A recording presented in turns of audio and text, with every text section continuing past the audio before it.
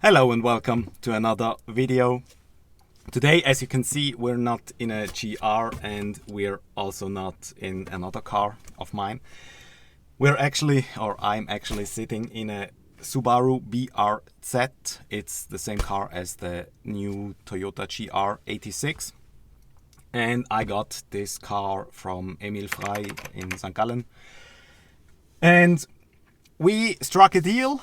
And I will get some of their cars. They have literally everything. Yeah, no, not everything, but they have a lot of cars. They have a Toyota, Subaru, Land Rover, Range Rover, Jaguar, a Jag, as Jeremy Clarkson likes to say. You have a Jag. And I will get some of their cars for a few days just to test them, to make a few videos, and they will get some of my footage and I will make videos for my channel. Obviously, that's the deal I struck. I get the cars for free. Just full disclosure, I get the cars for free and they get some of my footage.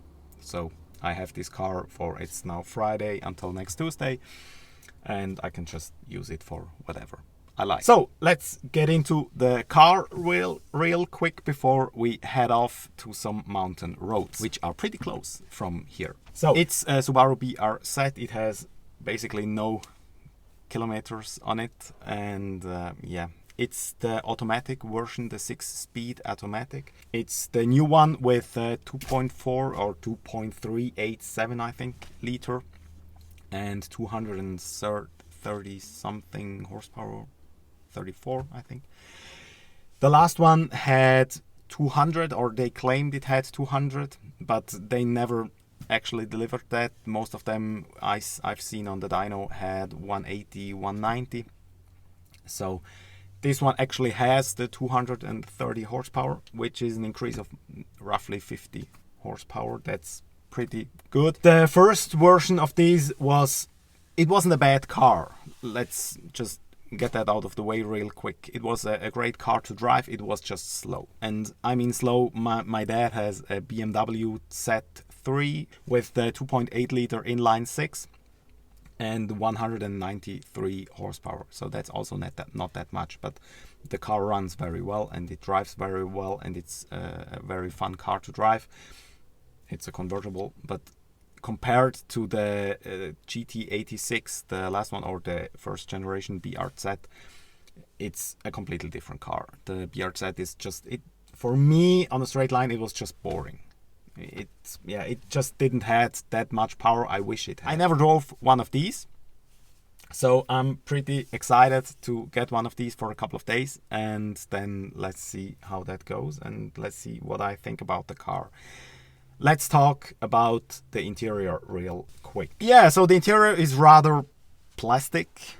It's a lot of plastic, and I would like to say it's called Alcantara, but that's definitely not. But the seats are quite comfy for now, and I'm just set in, and I lowered the seats to the lowest possible position, and compared to the Yaris GR or the GR Yaris, it's you sit rather well. It could still be lower. I think 2-3 centimeters lower would be quite nice. Other than that, you have a few buttons, you have a few stuff. The seats, heated seats. What I really like is the handbrake. That's really close to the driver, and actually it's the next thing you can grab when you're reaching in the middle. So that's very nice, and it still has these mechanical handbrakes, so that's rather cool. Other than that, it's, yeah, I don't want to say it looks cheap, but yeah, the car isn't that expensive, to be honest, so you can't expect a Mercedes-like interior, but it's okay. Everything fits, it looks nice, and for me, that's also, it has to work. It doesn't have to look all shiny and stuff. But yeah, I'd say enough talk for that. You've already seen some pictures of the car and stuff like that, and now let's head somewhere else and let's have some fun.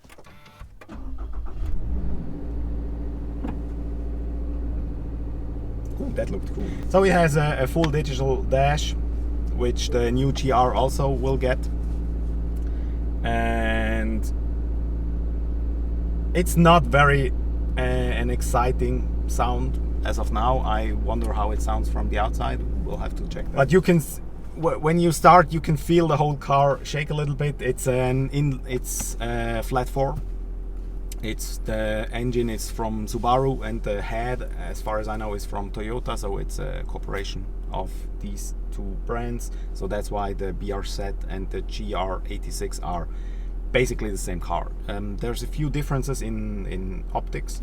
The front is different, the interior a little bit, especially the airbag. You don't have the Subaru logo. And so it's more of like, what do you like more, or what suits you better? It's the GR or the Subaru. Now let's have the car warm up, and I'm gonna check some of the data I can see right here, and then yeah, we have rather high. Yeah, we have to change that. It has a 2.7 and 2.6 bar of tire pressure. So I'm gonna head to a gas station and correct that to a value I like to drive with. And what I do like is you get not only you have a digital dash. You can see oil pressure and water pressure, but that's basically it. And you can't really see how high it is. It's just, you'll see it. Yeah, let's see how good that will work. Other than that, I like it. It's nothing fancy. Yeah, we do have Apple CarPlay, but I don't have a navigation system. That's what Apple CarPlay is for. So you can use Google Maps. Let's head to a gas station and correct the pressure in the tires, because I'm not gonna drive with the car like that. And yeah, so let's go. So we're now here at the Schwegalp Passhöhe. That's wait, let me check that. So now better. We're below the Sentis, as you can see behind me. It's a lot of snow.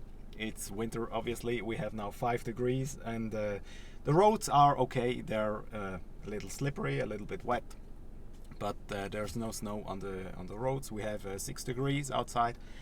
So the issue with the car is it has summer tires. So we're not gonna race the car. Actually, or I'm not gonna race it, obviously, because it's a brand new car and I don't want to crash it. But I drove a little bit faster up here, and it drives very, very well. The suspension is very well balanced. So the car, if you want to go sideways, the car just asks you when and how much, because you can go as sideways as you want, basically whenever you want. The power increase is noticeable. You notice it's a much faster car than the previous one, but it's still not very fast. On a straight line, it's not very fast. You can feel that it doesn't want to rev that much. It's still on a straight line, it's still not a very exciting car. In the corners, it's a completely different story. Brakes are absolutely fine, at least what I use them for now, and cornering, it does very well, or it does very well go around a corner, and it behaves very, how do you say, it's foreseeable. The car talks to you very, very much, and you can feel what it's doing. So it's very easy drivable, and it's also very easy to get it a little bit oversteery. But obviously I'm not gonna do that, because that's not how you drive a car on a public road. So you could if you wanted to, but you shouldn't, obviously. But so yeah, but the car drives very, very well. The 6-speed automatic, it's good. To get it out of the way, it's a good gearbox. It's not very sporty. If you want to drive fast and if you want to shift fast, it's not like a double clutch gearbox. It's not very fast shifting, and also the downshifts aren't with a lot of revs, so it doesn't feel very sporty. In drive, in just normal drive mode, it's very comfortable to drive, and even through a city with a lot of traffic, which I had to do the first 10 minutes to get out of the city, that's absolutely fine. But if you're gonna buy one of these cars, I'd prefer it manual, because it's not, yeah, it just doesn't feel right with me to have this car in as an automatic gearbox. And coming from the GR with a stick shift, that was, or it's for me one of my favorite stick shift or manual cars to drive. So yeah, this one I will would most likely get in as a manual. And now let's drive down the hill, and I'm gonna talk to you a little bit about the driving style of the car, and that's what we're gonna do. Seats are still very good. I do like them very much, and you can't see that much. You have a really big rear windscreen, but it's actually not, you can't see that much. So yeah, now it's okay. Let's go. As you can see, maybe you can hear it even. In my opinion, what the car could use is an exhaust. Because it doesn't sound very nice. It's not even that it's not loud. I don't care if the car is loud or not, but it's not a very nice sound. So you might want to have an exhaust with that, but I think there's plenty of that already available, and so yeah, just get one of those. And if you're in a country which allows for turbo kits, just go for a turbo kit as well. Through the corners, it's very neutral. You don't have a lot of wobble, I don't know, sideways. And even now downhill, the brakes are absolutely fine. Oh, now the sun is coming out. That's very cool. I like driving through the hills of Switzerland when it's winter and the streets are cleared, even if there's snow on the streets. It's pretty fine. Down here we don't have any snow anymore. No, it's just green. That's alright. It's just these few meters which make it white or green, so yeah. And now it's green. So, I don't know, 2 minutes? But the car does really drive well. And it feels fast around the corner. And you sit very well. I have to check if I'm not going too fast.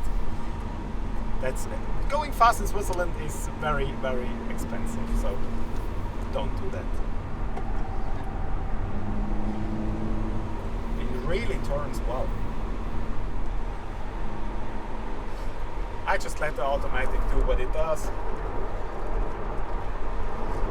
so I can focus on talking to you guys and driving at the same time, which we all know isn't the strong suit of man doing two things at once, so I'm not gonna shift. But it's okay, it does what it should. You have a track mode, and you also have a sport mode. Yeah.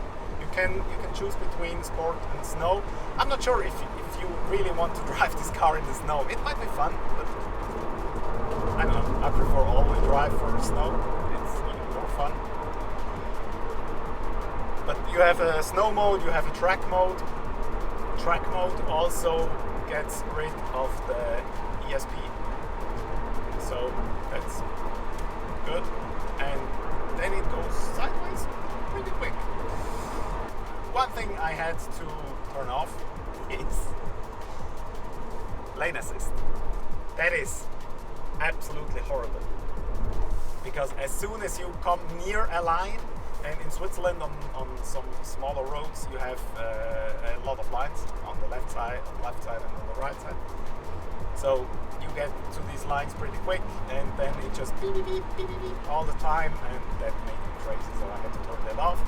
But the good thing is, it's still turned off, and I turned off the car for now, I don't know, 2-3 times, and it's still off, so I don't know if that's permanently, or if it's just for the use it for a couple of hours, it might go back on. Oh, I love this part.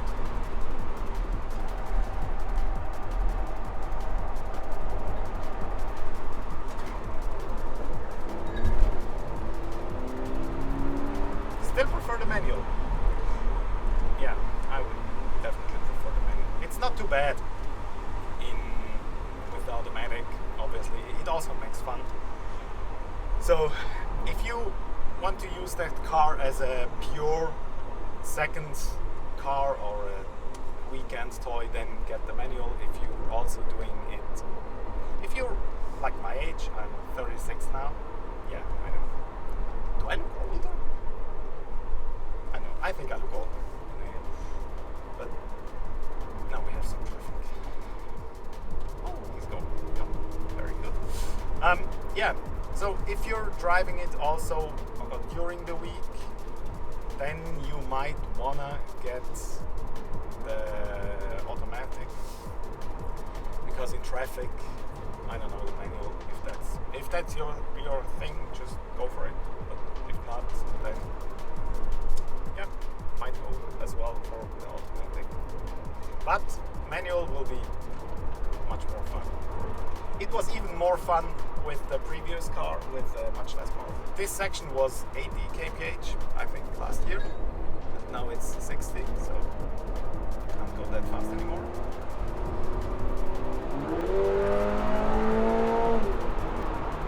It still does that. It's not too bad. It's also, but an intake would be, yeah, intake and exhaust. Few more horses. Drivability is, honestly, it's very good. Also the brakes work very well if you need them. At first I wasn't really impressed, to be honest, but now, after I've done now 50 Ks with it, and over the mountain pass, it was quite fun. So it's growing on me. I don't know, what do you like more? The GR86 or the BRZ? Let me know in the comments. I'm not quite sure. I like both, actually. I'm just, yeah, a little bit a Subaru fan. And a couple of those. So, but overall it's a good car. It does what it should. It could have more power. It always could have more power. Even if this thing would have 400 horsepower, I would say, yeah, it could have more power. The only car I've ever driven, which I said, oh, that doesn't need any more power, is I drove a 720S McLaren a couple of weeks ago. That's just insane. You don't need that. You don't need that much power. Yeah. So, we're now back in boring roads, boring roads. So, yeah, but it's a fun car to drive. I would prefer the manual, I think, over the automatic. But also the automatic is, it's much more relaxed, I'd say, to drive. I wanted to talk about the weight. This car is nearly the same weight as the GR, even though it's just rear-wheel drive, and it's naturally aspirated. If you have a turbo kit on the car, the turbo, intercooler, everything you need on top of those, that's adding 20-25 kilograms at least. If you have all-wheel drive compared to rear-wheel drive, you need a few more differentials, drive shafts. That's another 20-30 kilograms. So this car is basically the same weight as the GR, but it should be 50-60 kilograms lighter. So I don't know if they made more insulation. It's quite quiet in the car. Quieter than in the GR, so they might have better insulation. Yeah, I can talk to you guys if you understand me, hopefully. If not, the whole video is I have to say I fell a little bit in love with the little flat 4 of the BRZ or the GR86, whatever you may call it. I wanted to show you the engine just for a quick recap, or just for so you know how it looks. Actually, you can't see that much, there's a lot of plastic, but there's also a few interesting things. And I wanted to show you the weight of the car, because I was on the scale. The owner of the whole building here, he has a transporting company, a trucking company. So I just was on the scales of the owner of the building. He has a trucking company, as said, and the car is 1320 kilograms. So the car is even heavier than the GR, one of those. And so, yeah, I'm a little bit surprised about that, because the car isn't that big. The brakes aren't huge. I'm gonna show you that in a second. And also the tires aren't very wide, it's 215. So, and also the wheels are 7.5 by 18. So nothing is really big on the car, but still it's 1320 and therefore 40 kilograms heavier than the GR, and the GR carries a lot of extra technical parts with it. So you can appreciate how light the GR is. So let's have a look at the engine. And this is how the engine looks. It's nothing too spectacular. You can see that these two over here, just some strut braces. That might help a little bit. And you can see here's the center of the front axle, and it's basically the end of the engine. So even though most of the engine is in front of the front axle, which isn't obviously the best thing you can do for weight transfer or weight distribution, but it's also not too bad. Then we have the battery and the oil filter. It's also down here, it's the oil cooling solution. So yeah, and then you have obviously the intake. That's very interesting. You can see right here is the intake, and that will most likely, as you can see, there's no inlet. That will most likely somewhere down here, and then this whole part, that's most likely, and it gets even bigger down here, and it's also connected to this tube, so that's most likely a resonator, something to get away some resonances or some noise. So nothing too spectacular, but it's quite cool. And as you can see, maybe you can see the gearbox right behind here, down there. It's just straight behind the engine. And there's a lot of place and a lot of room for activities down here. That's also maybe most likely one of the reasons why there's turbo kits for this car, because you have all that extra space. And then these, they most likely went just right here outside. Can you see the light? Yeah, from here you can see the light. They just went right down here.